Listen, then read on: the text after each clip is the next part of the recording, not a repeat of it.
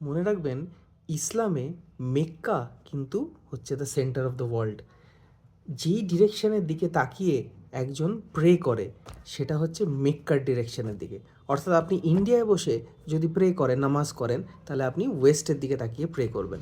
আর Mecca আবার একটি খুব বর্ধিষ্ণু মার্কেটও, যেটা সিরিয়া ইন দ্য নর্থ এবং ইয়েমেন ইন দ্য সাউথ, এই দুটি ট্রেডিং পার্টকে যোগ করে।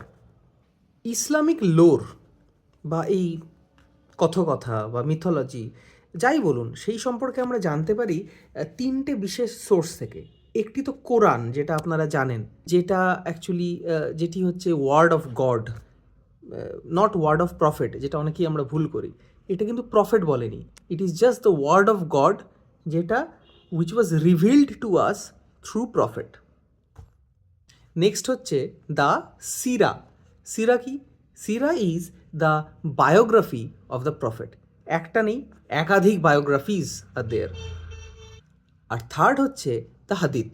হাদিথ are nothing but the traditions which are approved by the prophet himself.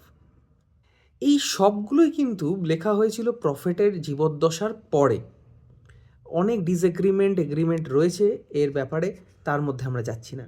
In the Holi month of Ramzan আমরা এইভাবেই ছোট ছোট স্টোরিজ জানবো about Islam and Islamic mythology.